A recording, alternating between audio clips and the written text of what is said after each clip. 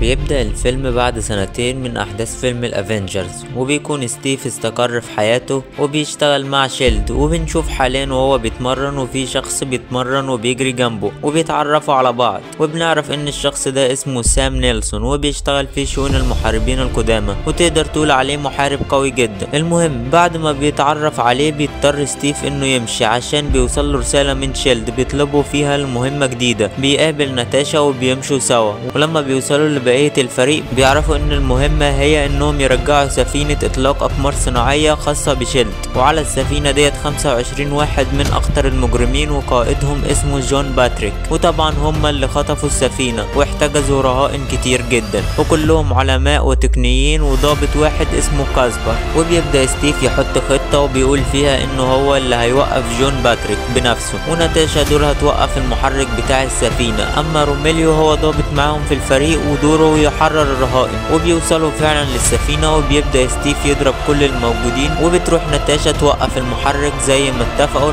وروميليو كمان بيقدر يوصل لمكان احتجاز الرهائن وبيحررهم. وبعد ما بيخلصوا المهمة مش بتكون ناتاشا في المكان اللي متفقين يتقابلوا فيه، وبيظهر جون باتريك وبيبدأ هو وستيف يضربوا بعض لحد ما بيحدف ستيف جون على باب السفينة وبيتكسر، وبيكمل ضرب فيه لحد ما بيغمى عليه. اما ناتاشا فبتكون في الوقت دوت تاخد ملفات من هناك، فبيفهم ستيف ان الغرض الحقيقي من المهمة ما كانش تحرير الرهائن، لكن مش بيلحق يتكلم معاها لان باتريك بيفوق وبيحدف عليهم قنبلة، فبيجروا والقنبلة مش بتسيبهم. ولما بيخلصوا المهمة بيرجعوا على شيلد، وهناك بيروح ستيف لنيك فيوري وبيقول له ان المفروض كل الجنود في الفريق يكونوا عارفين المهمات وما يفرقش بينهم، فبيحاول نيك يهديه وبيقول له انها كانت مجرد مهمة جانبية وبسيطة فخلت ناتاشا هي اللي تعملها. بعد كده بياخدوا نيك فيوري وبيوريه مشروع جديد شغالين عليه، وهو عبارة عن 3 حوامات كبيرة جدا بتتوجه بالقمر الصناعي وعليها أسلحة متطورة وممكن تقتل 1000 شخص في دقيقة واحدة. لكن ستيف مش بيقتنع بالمشروع وبيقول لنيك ان المشروع زي ده اكيد هيخوف الناس مش هيحميهم، وبيمشي. وبيروح ستيف بعد كده الى متحف معمول لستيف وفريقه القديم وانجازاتهم وقت الحرب العالمية. هناك بيشوف فيديو الباكي فبيفتكره وبيزعل عليه جدا، وخصوصا لما بيفتكر لحظة موته ولما وقع من فوق القطر. كمان بيشوف فيديو لبيجي كارتر وهي بتحكي عنه وعن فريقه، فبيقرر يروح يزورها وبيلاقيها عجزت جدا، وبيشوف صور ليها مع عيلتها وبيتكلم معاها وبتقول له انها عاشت حياتها لكنها ندمانة لانه ما كانش معاها. وهي بتتكلم بتيجي ليها نوبة سعال شديدة، فبيجيب ليها مية، ولما بيرجع بيتفاجئ انها بتقول له انت رجعت يا ستيف، فبيفهم انها جالها الزهايمر فبيزعل عليها جدا وبيمشي. وبعد كده بنروح لفيوري في مكتبه وبيجرب الفلاشة اللي اخدها من ناتاشا واللي عليها نسخ من الملفات اللي كانت عليها السفينة، بس الفلاشة مش بتشتغل. بعد كده بيجيله بيرس وهو واحد من المسؤولين في شيلد، وبيطلب منه فيوري انهم يأجلوا مشروع انسايد، وفعلا بيوافق. بعد كده بيتحرك فيوري بعربيته لكن بتوقفه عربيات شرطة وبينزل منها ناس وبيبدأوا يضربوا عليه نار، فبيكتشف انهم مش شرطة، ومن حسن حظه ان عربيته مصفحة فمش بيتصاب بأي طلقة، وبينجح كمان انه يهرب منهم. لكن بيظهر ليه شخص مقنع قدامه وبيضرب عليه قنبلة وبتتقلب العربية خالص. بعد كده بيقرب على العربية عشان يخلص على فيوري لكن مش بيلاقيه، وبيكون نجح فيوري فعلا انه يهرب.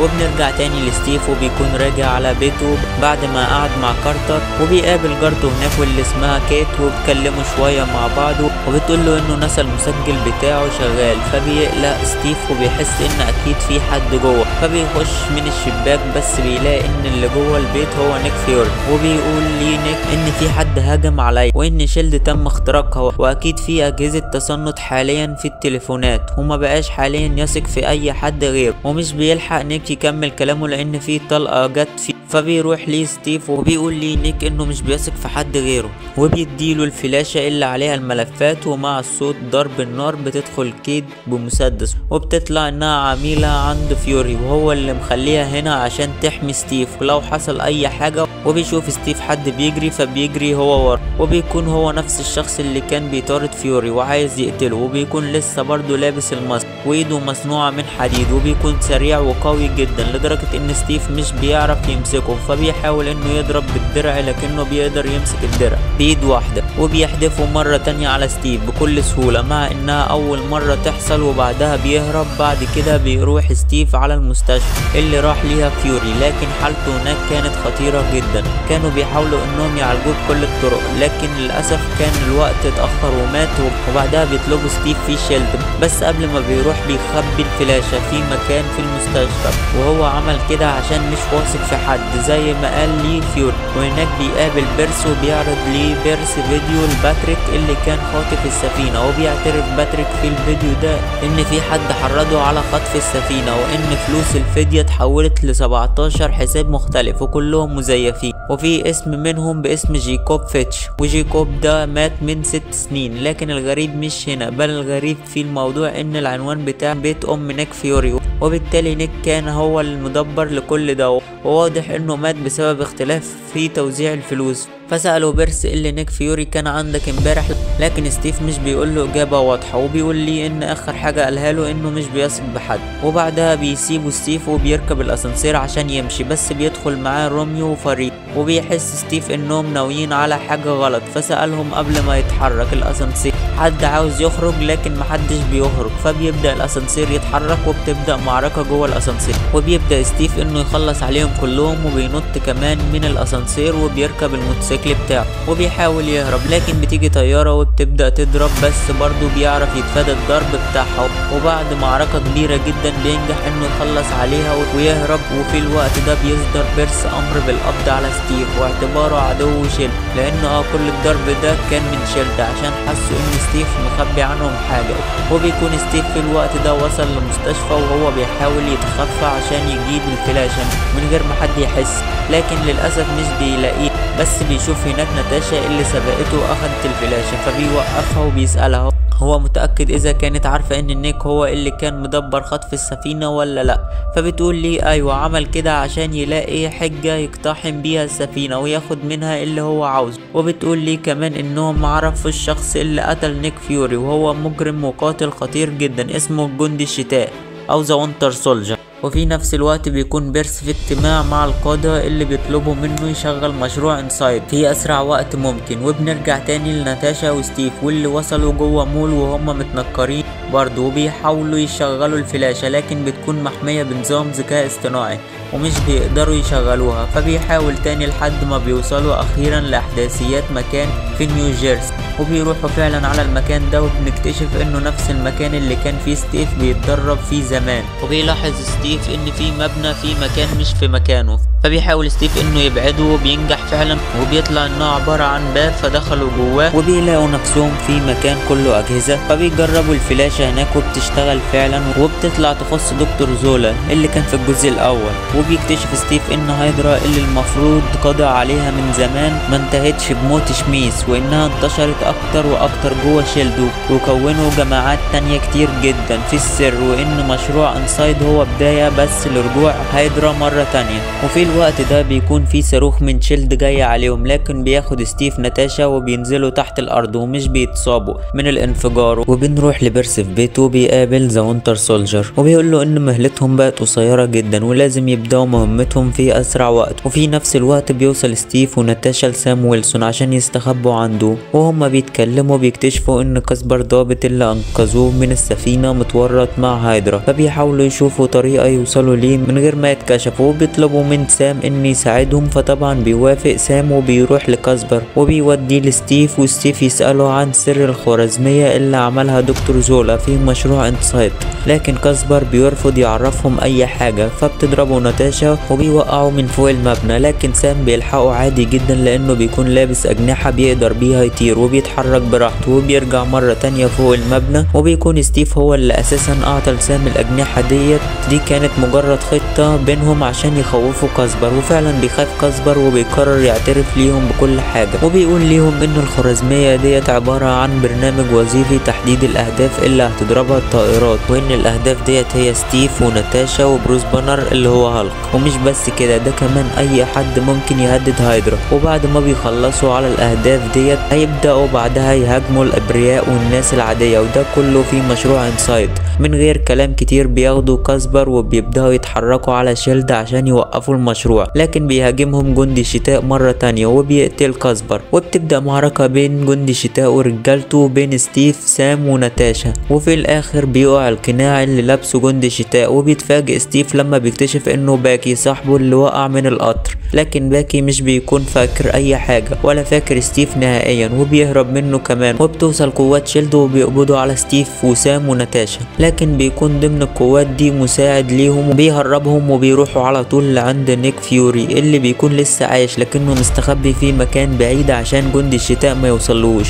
وبيعرفهم كمان وقتها ان باكي بعد ما وقع من القطار لقيته جنود هايدرا وخدوه وركبوا ليه الزراعة المعدنية ومحوا ذاكرته، وكمان عملوا معاه حاجات كتير خلته يبقى زي الجنود الخارقين بالضبط، وجمدوه زي ما اتجمد ستيف قبل كده.